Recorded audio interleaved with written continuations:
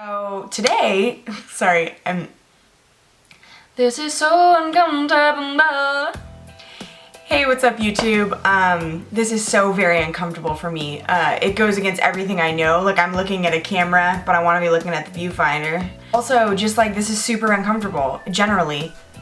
So basically, if you guys could just bear with me, this is gonna be probably as uncomfortable, if not more, for you to watch than it is for me to be sitting here and filming. But I just want to say welcome to my channel.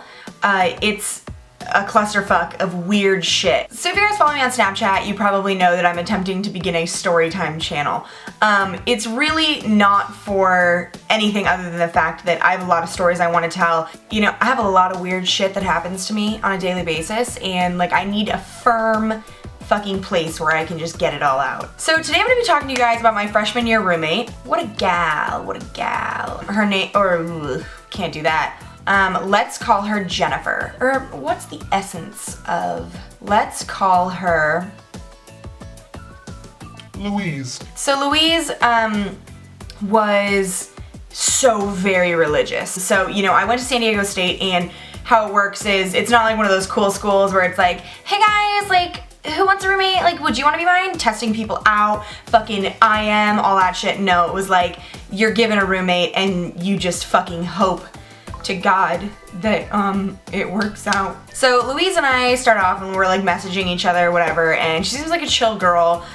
You know, I look at her pictures and I'm like, she seems fun. But also, like, I'm thinking to myself, we're going to San Diego State, like, how lame, you know, could someone really be? Shout out San Diego State. So the day of move-in, I get there, and I want to say I get there first. I don't know, I have very selective memory. So we're moving in, and here comes me, eyebrow pierced, plastering Lady Gaga posters all over the wall, fucking cheetah print bedding, nails that were to here, you know, the full nine. I was fucking crazy. I mean, it was just like, probably not someone that you want your sweet innocent child to move in with. But like, I was with my family, my entire family, like, cute family. So I was like, oh, like, no worries, I'm gonna make a great first impression. So she gets there and begins putting up her, she had this little ball that had like a smiley face on it, and then it said like, God loves you. So I saw that and I was like, okay, it's okay. Keep your head up, Perry. It's just a blip. You know, she loves God. So what? God loves her. And from what I'm reading, God loves me too. Next thing you know, the Bible comes out.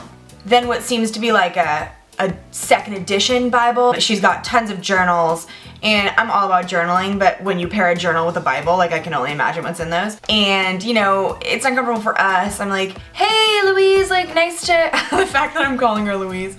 Hey Louise, like, nice to meet you, or whatever. And Louise is like, Hey, it's great to meet you.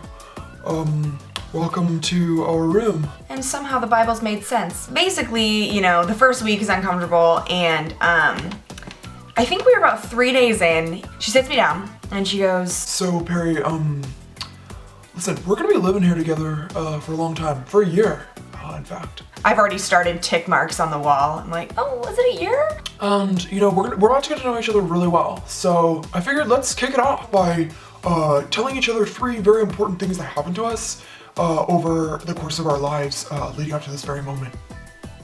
We're doing what now? She's like, tell me what shaped you, Perry. so I'm just racking my brain. It's just like, that's not a question I'm fit to answer. I can't remember suddenly the first 12 years of my life, and then there's a gaping hole where high school was, so I'm left with, you know, very little to work with. Meanwhile, she goes, okay, so let me know when you're ready, and tonight we will do that.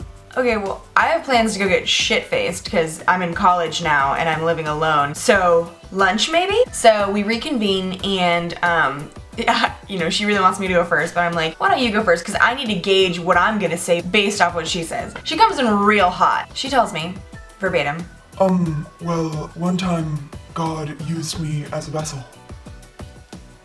I don't know what to say to that. So I'm like, well, what did he say? And she tells me that he proceeded to tell her that she needed to become a nurse so that she could save people, and that that was her calling in life.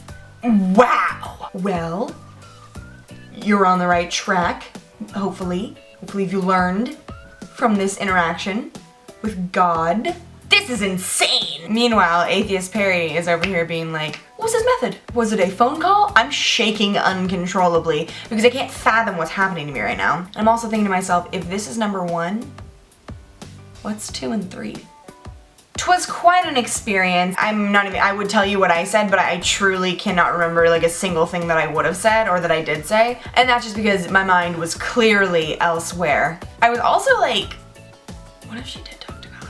And like, I'm the asshole that's over here like, oh, did ya? And then like, I'm stricken dead on my way out the door. That really set the tone for the rest of the year, I'll tell you what. Long story short, I ended up moving out because she never left the room. Only when she went to play intramural softball. We had this weird bond though, like it was like this weird thing where like we both like hated each other, just so deeply did we hate one another, but also like low-key like loved each other. And it was so weird because like if my friends were over in the dorm, like she would join in with them. So moving out was really hard because I had to sit her down, and God actually used me as a vessel and told me to sit her down. But she was kind of just like a raging bitch. I'd be like getting ready to go out for the night and I'd be like, hey Louise, like what do you think of this outfit? And she'd be like, whorish, take off the skirt. Whoa, that hits really deep. And then senior year, like a week before graduation, I'm walking on a bridge, so cute, and we walked past each other. We hugged, and I just told her like, you know, like I hope things are going well, and she looked at me, she held me by my shoulders, and she said to me, Perry, I hope that you have a wonderful, amazing life. Thank you so much. Let's get coffee sometime. And I knew in that moment that I would never get coffee with her, but that someone was looking out for me. Anyways, guys, my fucking battery's low because I'm a piece of shit, and this was like super weird, and just so you know, I'm gonna be doing more of these, like no one cares. I was gonna do a really good story today, but I decided I'm gonna save that for like a few in, but just know I got some good stuff cooking. Please subscribe, most importantly, throw a like on it. Smash that like button. Thank you so much. This has been uncomfortable, and I hope God uses you as a vessel one day.